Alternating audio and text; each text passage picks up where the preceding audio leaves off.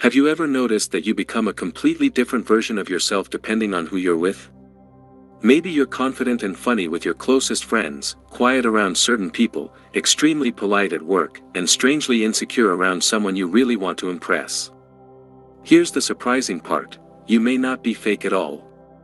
Your brain may simply be changing your behavior to protect you, help you belong, or avoid rejection.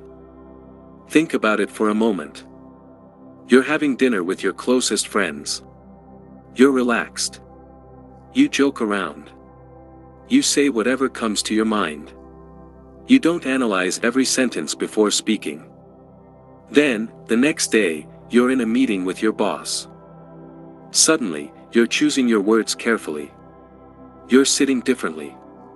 You're thinking about how you're being perceived. Maybe you even have an opinion, but you don't say it. And then there's another person. Someone you really admire. Maybe someone you're attracted to. Around them, you suddenly become more aware of everything. Your voice changes. You try to sound smarter. You think about whether you're talking too much. You wonder whether they like you. So which version is the real you? The answer might surprise you. They're all you. Human beings naturally adjust their behavior depending on the social environment. We read facial expressions, tone of voice, status, expectations, and social cues almost constantly. Long before you consciously decide how to behave, your brain is already asking a basic question: is it safe for me to be myself here? And that question can influence far more of your personality than you realize. Imagine walking into a room where everyone seems confident, successful, and highly educated. You may suddenly become quieter. You might listen more and speak less. Now imagine walking into a room where everyone makes you feel comfortable and accepted. Your energy changes almost immediately. The environment didn't change who you are. It changed how much of yourself you felt safe enough to show. This is one of the most important things to understand about personality. Your personality isn't simply a fixed character that behaves exactly the same everywhere. There are stable parts of you, of course, but there are also different sides of you that become stronger in different situations. Think about a dimmer switch rather than an on and off switch. Your confidence can become brighter around people who make you feel accepted. Your humor can become brighter around people who appreciate it. Your curiosity can become brighter around people who encourage questions. And your insecurity can become brighter around people whose approval matters deeply to you. That's where things get interesting. Sometimes you don't actually change your personality. You change your level of self-monitoring. Self-monitoring is basically the process of watching yourself while you're interacting with other people. Am I talking too much? Did that joke sound stupid? Do they think I'm intelligent? Was that answer good enough? Should I say something? Maybe I should just stay quiet. The more you monitor yourself, the less naturally you may behave.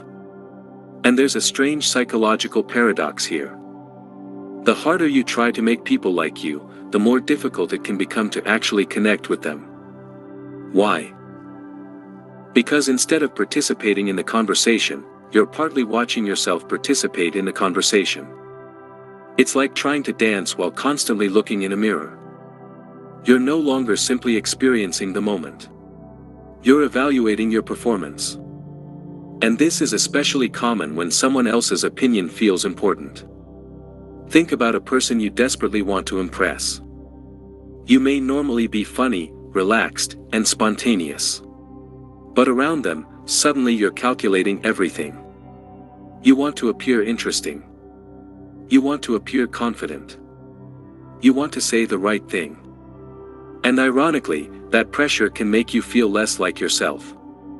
This is one reason people sometimes say, "I don't know what happened to me. I'm usually not like this." You probably are like that. It's just that a different part of you took control. And there's another important reason people change around others: belonging. Humans are deeply social creatures. Throughout history, being accepted by a group wasn't just emotionally pleasant. Belonging could literally affect survival.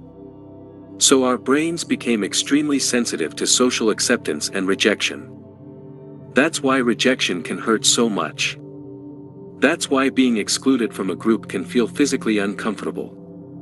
And that's why you may unconsciously change certain behaviors to fit in. Maybe your friends use a particular sense of humor, so you start using it too. Maybe your coworkers complain about their jobs, so you start participating in those conversations even though you normally wouldn't. Maybe your family expects you to be the responsible one, so you automatically become responsible whenever you're around them. You may not even realize you're doing it. Over time, these patterns can become automatic. And here's a fascinating question. Have you ever behaved like a completely different person around your family than you do around your friends? If the answer is yes, you're not unusual. Families often activate very old versions of ourselves. Your family may still see you as the child you used to be, even though you're an adult. And sometimes, without realizing it, you fall back into old roles. Maybe you're the peacemaker. Maybe you're the rebellious one. Maybe you're the responsible one. Maybe you're the quiet one. Maybe you're the one everyone expects to make people laugh. These roles can become so familiar that you don't even question them. Then you leave the family environment and suddenly behave completely differently.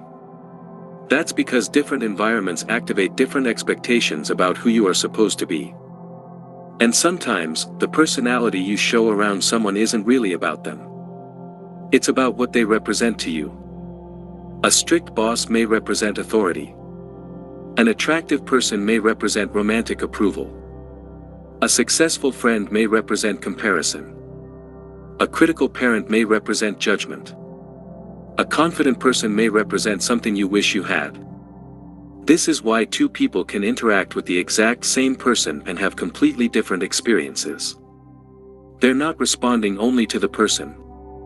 They're responding to what that person means to them. And this leads to an uncomfortable but powerful realization. Sometimes the people who make you feel insecure aren't actually making you insecure. They're revealing an insecurity that was already there. That's a difficult idea, but it can also be incredibly freeing. Because if someone else creates the feeling entirely, then you have very little control. But if the situation is activating something inside you, then you have something you can work with. Maybe you don't actually need that person's approval. Maybe you need to change the way you evaluate yourself.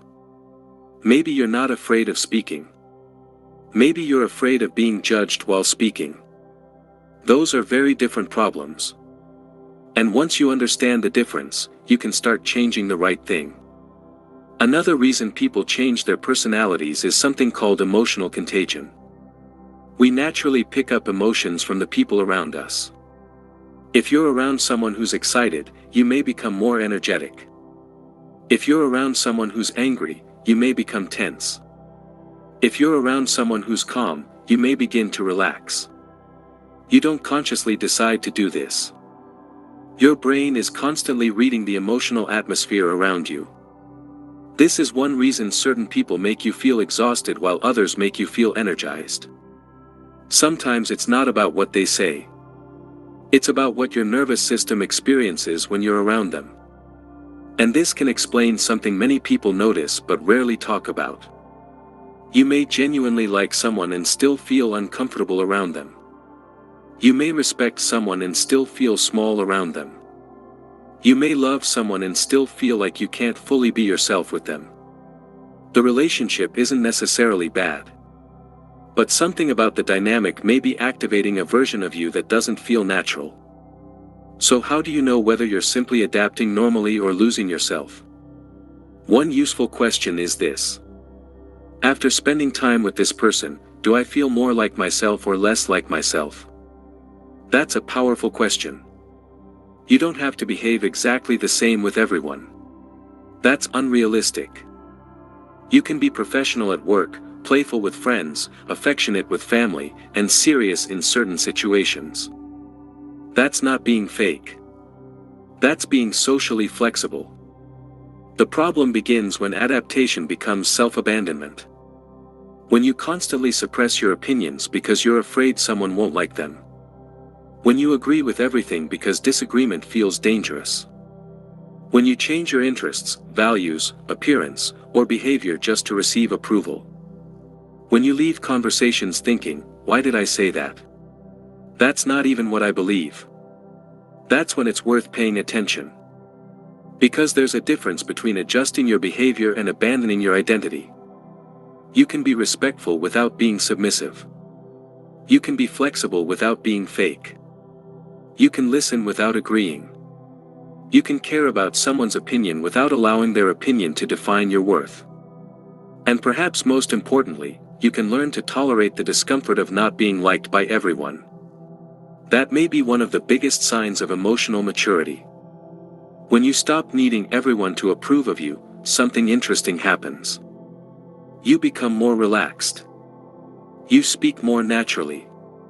You stop rehearsing every sentence. You stop trying so hard to appear confident. And ironically, you often become more confident. Because real confidence isn't the belief that everyone will like you. It's the belief that you'll be okay if they don't. So the next time you notice yourself acting differently around someone, don't immediately judge yourself. Instead, become curious. Ask yourself, what am I afraid will happen if I act naturally? Whose approval am I trying to earn? What version of myself am I trying to protect? Do I actually feel safe enough to disagree here? And perhaps the most revealing question of all. Who would I be around this person if I knew they couldn't judge me? Your answer might tell you something important. Because sometimes the personality you hide isn't a completely different person. It's simply the part of you that hasn't learned that it's safe to come out. Maybe you're naturally more playful than you allow yourself to be. Maybe you're more opinionated. Maybe you're more ambitious. Maybe you're more sensitive. Maybe you're more confident. Maybe you're more creative. And maybe you've spent years adjusting yourself to fit other people's expectations. But here's the good news. You don't have to become exactly the same person in every situation.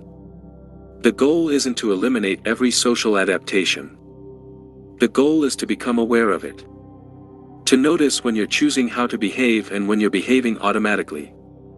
To recognize when you're adapting because it's appropriate and when you're adapting because you're afraid. And slowly, you can begin bringing more of your authentic self into more situations. Not all at once. Just a little more honesty. A little more confidence. A little less performance. A little less obsession with being liked. Because at the end of the day, one of the most exhausting things you can do is spend your life trying to be the person everyone else wants you to be. And one of the most liberating things you can do is realize that you don't have to perform your personality. You can simply live it.